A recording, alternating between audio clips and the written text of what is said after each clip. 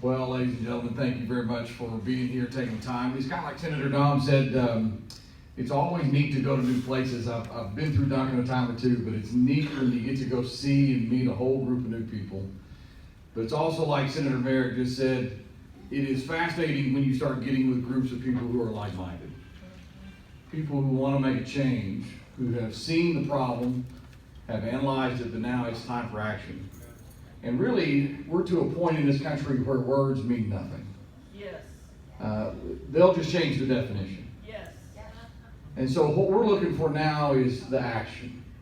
This last session was a good session. I'm not going to disagree with that. But we left a lot of gaping holes this last year. We left stuff on the table we should not have left. And Senator Merrick is exactly right. There were things this last year, especially with the vaccines, we missed some major opportunities on the vaccines because we could see this coming. We knew this was coming. This was not a surprise. And yet we left this on the table at the time. We didn't miss it. We weren't allowed. We weren't allowed. That's a very valid point. Yeah. But I've always felt like my job is to build that consensus and get it going. And so we've got a lot of work in front of us. And these two I know for a fact know it. And like Senator Merrick said, there is a growing group that has coalesced who have coalesced under one valuable thing. We've coalesced under prayer. And there's a group now of about 30 that are fixing to meet coming up again. Who we've been meeting all year, since the very end of session. And we're starting to discuss and look at what does it look like through the lens of prayer when we're talking about how we approach our job. And can we cry out to the Father enough to get something done? And I believe He is. I believe He brought a group together that is not done yet. And so we've got a lot going on. Let me begin with this. If anybody's been around me very much, you've heard me quote the founders and quote some of the greatest people that have ever served our country. And I can't help it, I'm a history dork. I grew up, I taught 15 years AP U.S. History, AP Government, and the Constitution, so I can't get away from it. But the 20th President of the United States, James A. Garfield, and I want to start with this and then we'll close with it again. James A. Garfield was probably one of the most brilliant men to ever be President of the United States, but most people don't really know very much about him because he was assassinated so early on.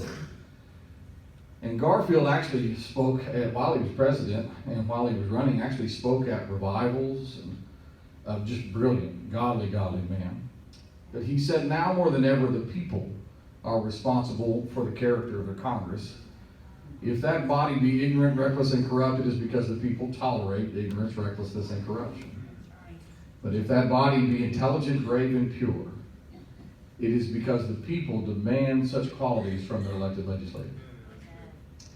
If the coming century does not find us to be a great nation, it will be because those responsible for controlling the enterprise and the morality did not aid in controlling its political forces. Wow. You have, I believe, a growing group right now within the legislature who fit that litmus test of James A. Garfield. You have them that are intelligent, brave, and pure. And we stand ready to go out and fight and go toe-to-toe with the evil that we see. And let me stop here for just a minute to make sure everybody understands. What we are fighting is purely demonic. Everything you see is an attack on one thing, the name of Jesus. Yes. Yes. So number one, we have to stand boldly for that name. But then number two, we have to stand for the principles that flow so well from that Bible. Why are they attacking the Constitution? Because on 37 specific points, they drew the Bible and created this Constitution. As a matter of fact, if you want to hear something phenomenal, when I first started teaching, I taught it like I was taught in college. We were a secular government. God had nothing to do with it. That the founders were, some of them deists, and I was wrong. And after my first year of teaching, I came back to my wife and I said, I'm going back into framing. This is stupid. Who would do this twice? And so she said, no, you're doing good. You're doing good. Just stay with it. You're doing okay. And I said, well, I'm not teaching it the way I was teaching it. I'm going to go back and just let the founders and the people I'm teaching in history speak for themselves. And when I did, oh my word. The stuff I found drove me back to college to say, y'all taught this wrong. Let me give you an example. Noah Webster, probably somebody you've not really ever heard of, but one of the founders of this great nation. He said, a brief exposition of the Constitution shall unfold to young people the genuine source of correct Republican principles. And he doesn't mean party. He means a republic. We're not a democracy, we're a republic. And it is the sincere desire of this writer that our citizens should early understand that the genuine source of correct Republican principles is the Bible, or specifically the New Testament, or the Christian religion. That's your founder. Supreme Court in 1882 said that our laws are based upon the teachings of Christ and the laws of Moses. That's the Supreme Court of the United States when they were godly. So you need to understand, why are they attacking the Constitution? They're attacking it because it reminds them of a higher being that they cannot corrupt. Humans are corruptible, God is incorruptible. And so we have to fight the fight a different way. Number one, it's going to require a lot of spiritual praying. You're going to have to understand things. In order to understand our Constitution, it is impossible to understand this Constitution without understanding the Bible. And we have people who are sitting in churches who are completely ignorant of the Bible. But in order to change this ship, we have to change something else. You see, Senator Don nailed it, because I have seen firsthand the good part of public schools, but I have also seen firsthand the indoctrination in public schools. Yes. And that is their number one goal. Yes. Because it's just like Hitler said, you give me the books and the schools, I'll take the country. Yep. Where we are is right there because they know they got us, unless we start changing the way we're doing it. And number one, for years, we have been terrified to go in and directly stand toe-to-toe with indoctrination. We abandoned the schools and said, we're done. We're going to go do something else over here. When what we should have done was go start something else over here, and they stood toe-to-toe with them and said, you're not doing this to the rest of these kids. Yes. We're to the latter right now. Right. So let me explain first House Bill 1775. And let me begin by explaining to you that I am not smart enough to run or write that bill. That had nothing to do with me. That bill came to me at 4 o'clock on a Monday night, and I had to present it the next morning at 9 a.m. So I stayed up all night studying up on something called CRT. Now, I already knew some about CRT. I knew a little bit about it, but I didn't know enough to go argue it. So I stayed up all night studying it. And the longer I stayed up, the madder I got. Here's what it is. Starting in 1923, the Marxist, communists, started a school to train future Marxists and communists. It's called the Frankfurt School in Germany, 1923. And they created out of that university something called critical theory. And critical theory is Marxism. It is Das Kapital, or the Communist Manifesto. It is all of that wrapped into one thing. And what they were doing was teaching people that you have to create two different oppressors and oppressed, right? The bourgeoisie versus the proletariat. And the way that you do that is through class warfare. You have to go after the wealthy because they're the ones controlling things, so you pit the two against each other. That's how you overthrow hierarchies of power, right? And for years, that's worked. Over 100,000 people have been murdered under socialism and communism, guys. I mean, this is not a great thing. So that created a long stem of history about what critical race theory was doing and how they were training it. At one point, they called it critical legal theory. They changed the name here and there to make it different things as it's gone along. But in the 1990s, they changed it because, as I don't remember which one of you said it, but one of you, I think it was Nathan, said they realized that the middle class in America offset the idea of creating a competing class. And so they changed it from class warfare to race. And what they did in their writings, and I spent all night reading their literary writings, and I read, and I'm still reading right now. So I went and researched everything that they're doing, guys. I'm telling you, you have to go read what they're saying to understand what they're doing. But Derek Bell is famous for saying that all whites are racist no matter what. If you are white, you are automatically racist. If you're male, you're automatically sexist. They are famous, their writers are famous for saying that if you even use and talk about somebody as being a hard worker, you are a racist. Matter of fact, in a book called White Fragility, whites are discussed as being less of a race. Oh my goodness. So they do believe in race superiority. But as a matter of fact, it gets worse when you start reading some of the books, and I found out later that some of the curriculum that they're forcing teachers to read is this curriculum. They're stating that if you are the problem if you are white, male, Christian. And heterosexual. You're all right. Thank you, Dr. Kevin. Then they figured out real quick they can't win this argument. No duh. I'm pretty sure we got over this a long time ago. But they want to bring it back up so that they can overthrow those hierarchies of power. So here's what they did. They came in and said, if you don't identify with me, you can't comment on this. Right. And you see this time and time again. When we go to the abortion debate, they'll say, well, you're not a woman. A lot of men are aborted in the womb and murdered in the womb. They'll say, you're not black, so you can't comment on these things. When they do that, know this, number one, you've already won the argument, because they're trying to back out at that point. Because to them, discussion, debate, and argument based on facts, they lose, and they know it.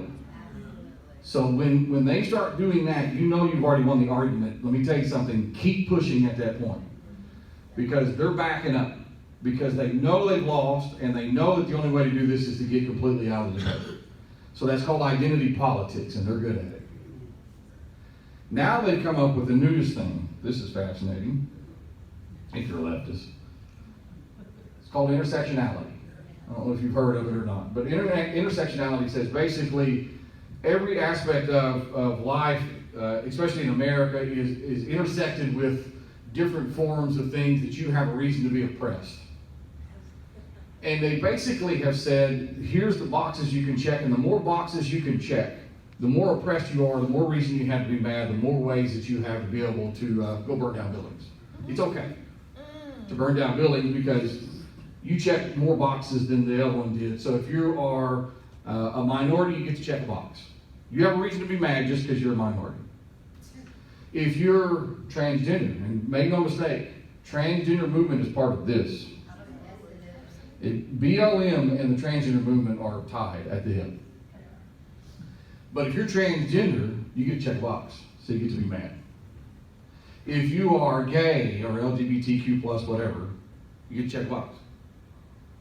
If you are atheist, you get to check a box. And the more boxes you get to check, the more ways that you are mad and oppressed, and that means you have more right to go overthrow governments and blow up buildings. These are all the strategies of BLM, an American terrorist organization, of Antifa, of all of these different groups, and here's how they're getting it. And ladies and gentlemen, make no mistake, they know exactly what Senator Dom just said. They need the schools to do what they want to do.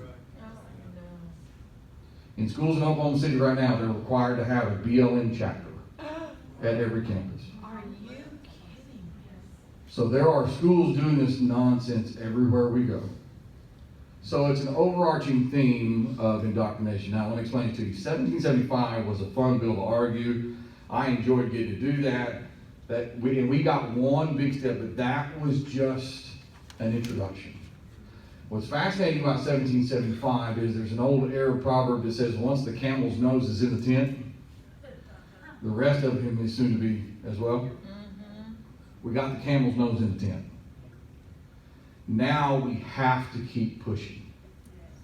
And so that indoctrination is here. If you hear of any indoctrination, if you see it in professional development, if you see it in a classroom, if you hear about it, you need to get that information to us in the legislature. Because in 1775, the first argument they made with me was, this isn't anywhere in Oklahoma. And then I showed them where it was in Oklahoma. And they said, well, this is just a small part of it. And then I showed them where it is all over Oklahoma. And then they came back and said, well, we kind of want to teach this.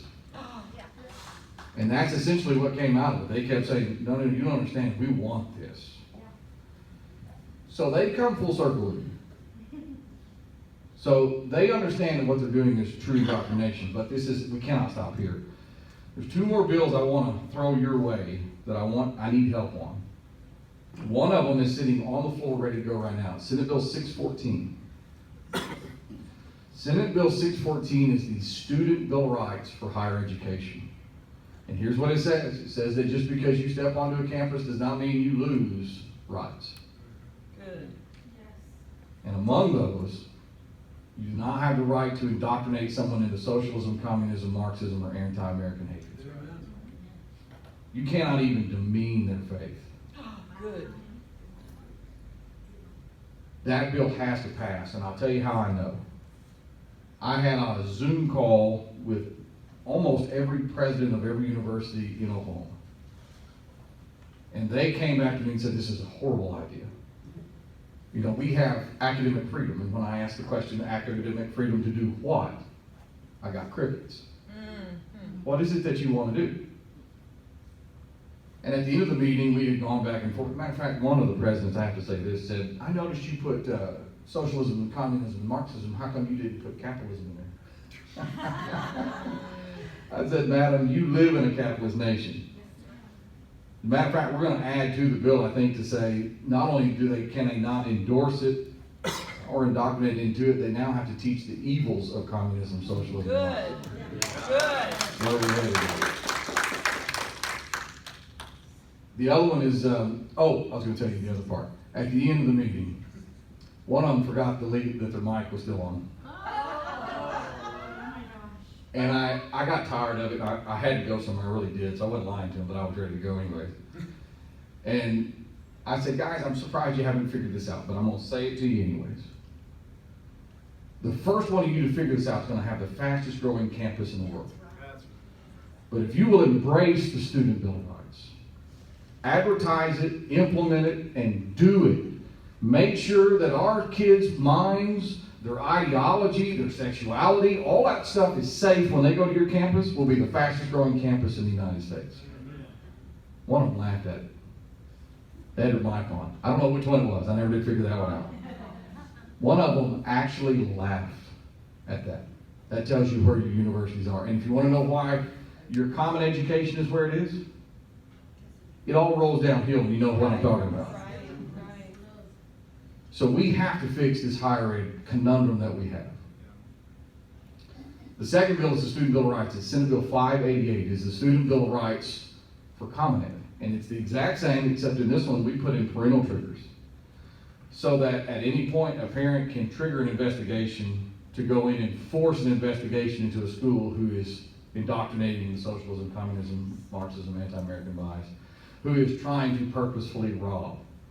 Now, these are all just starts. I don't think people understand how far behind we are in the indoctrination front. If we get school choice, and we should, 70, 80% of your kids are going to stay in common education, public education. We cannot abandon those kids to indoctrination. So it's a combined effort of looking at parental choice, along with looking at how do we go toe-to-toe. I'm tired of ducking and hiding. I will not hide anymore. It is time for us in Oklahoma to end indoctrination in all of our schools, higher ed and common ed. Yes. And I think what the Lord was trying to teach us with 1775 is you can. Not that 1775 cured, but that 1775 proved to us what we can in fact do and what we in fact must do. I'll close with this. William Booth, y'all know who he is? Yep. Founder of the Salvation Army. One of the most fascinating men in history to ever study. He did a class once where he was trying to teach evangelicals, it was supposed to be a 6-week course on evangelism, how to evangelize and spread the gospel. The course wound up taking him 6 months. And at the end, one of his students wrote that they overheard him telling the whole group, I apologize that the class took this long, but if I could show you hell, this class would have taken 5 minutes. Wow. We have to show our kids what socialism is. We have to show our kids what a godless society. Go study the French Revolution of 1789. You'll find out what a godless revolution is like. Because if not, they're going to spend their lifetime living under socialism. Right. And it's like Reagan said, we'll one day sit them on our knee and have to explain to them what it was once like to be free. Right. A reporter asked William Booth once, they said, what do you think is the greatest threat to the 20th century? And his response was prophetic. He said, the coming threat to the 20th century will be religion without the Holy Ghost, Christianity without Christ, forgiveness without repentance, salvation without regeneration, politics without God, and a heaven without hell. Wow. You're living in it. You hear me? You're living in it. Be careful who you cast your vote for. Yes. Get behind the ones that know. But in 1775, one of the greatest things we did was we empowered parents to go stand up and go toe-to-toe with the school boards. You have the power. In every bill we pass, we're going to be giving you that power. And as we pass these, your muscles grow. I'm begging you, flex that muscle. Go take your schools back. Go take your state back. And we're behind you 100%. And we need your help and guidance in where we go.